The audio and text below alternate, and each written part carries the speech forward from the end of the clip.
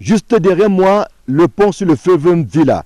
Nous sommes à la frontière entre Mvila justement et le village Azem. C'est ici que les populations ont érigé les premières barricades il y a quelque temps pour exprimer leur mécontentement. Si ces populations en avaient marre de dormir et de se réveiller dans le noir depuis belle lurette, il n'y a que l'accès aux autres services sociaux de base relève également de la croix et de la bannière. Et aucun village situé sur la route Ebolova à comme de Kribi n'est épargné. Ici à Ngom, l'eau potable est une denrée rare. La promesse de construction d'un forage au profit des populations est restée lettre morte jusqu'ici. Nous n'avons pas l'eau. On nous avait dit qu'on vient nous creuser le puits. Depuis qu'on a créé le puits, on arrange. Parce que c'est ça qui est même à côté de ma maison là. Il n'y a pas le puits. Il faut qu'on nous passe aussi le centre de santé. Nous autres qui sommes déjà fatigués comme ça, comment on va faire? Pour se soigner, les populations sont obligées de se rendre à Ebolova. Non seulement elles ont les moyens limités, mais le mauvais état du réseau routier en rajoute à leur souffrance. On se rend à l'hôpital régional à Ecombité. Est-ce que c'est facile pour vous? L'argent qu'on nous demande là-bas, nous autres qui n'avons pas l'argent, nous allons mourir comme ça parce qu'on n'a pas les moyens de se faire soigner. Le village Nkong n'est pas mieux loti non plus. C'est non loin d'ici à Mefo que Naki Charles Assalé, qui fut premier ministre du Cameroun francophone, nouvellement indépendant. Et pourtant ce village, comme ceux avoisinants, manque de tout. Vraiment, ces pleurs peuvent arriver un peu plus loin. Ça pourrait vraiment nous aider parce que c'est vraiment honteux. Kribi, Ebolova Kribi, c'est cette route. On en manque tout. Ni courant, pas d'eau, la route qui est mauvaise, pas de réseau.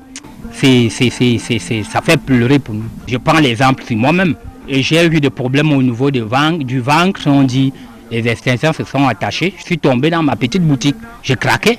Vers minuit qui vient me porter pour m'amener à l'hôpital. Et Ebolova, sans ça je mourrais. Pourquoi? Parce qu'il n'y en a pas de route. Les voitures même, il n'y en a pas.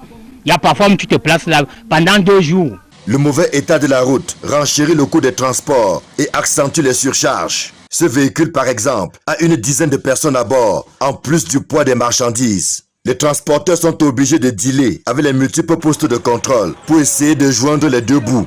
On veut seulement qu'on nous arrange la route. À ce moment-là, on va même modérer le prix et le surcharge. J'espère qu'on va aussi un peu diminuer les contrôles. Non, on donne un peu. Par exemple, combien? Parfois, je paie 3 000 la journée. Et on paie ça parce que avec nos surcharges aussi, on a essayé de s'entendre avec eux.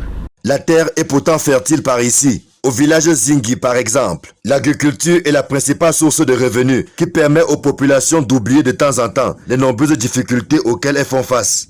C'est l'agriculture que nous avons héritée de nos parents, que nous vivons avec. Mais sinon, on a quelques élites depuis un certain temps que la population, les choses changent aussi. Chez nous, nous avons quelques petites élites, mais qui sont encore embryonnaires. Quelques enfants qui sont dans les services de l'État. Et la grande population, c'est dans les travaux champêtres.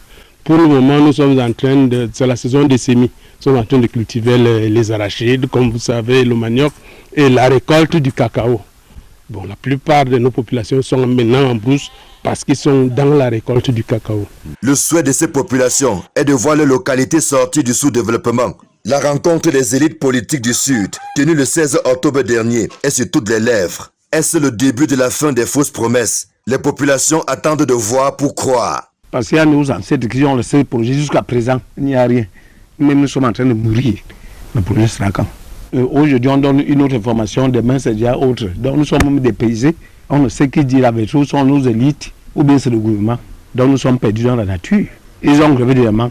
Nous autres, on a participé qu'ils enlèvent, ce n'est pas bien la barbarie, et tout. Mais ils en enlèvent pour on attend toujours. Et c'est comme ça qu'ils font souvent. Dès que ça va finir là, l'année va finir. On parle d'autre chose. Parce qu'on a trop parlé, mais on ne voit rien. Ça dépasse même 30 ans. Jusqu'aujourd'hui, on n'a rien, on ne voit rien. On attend toujours.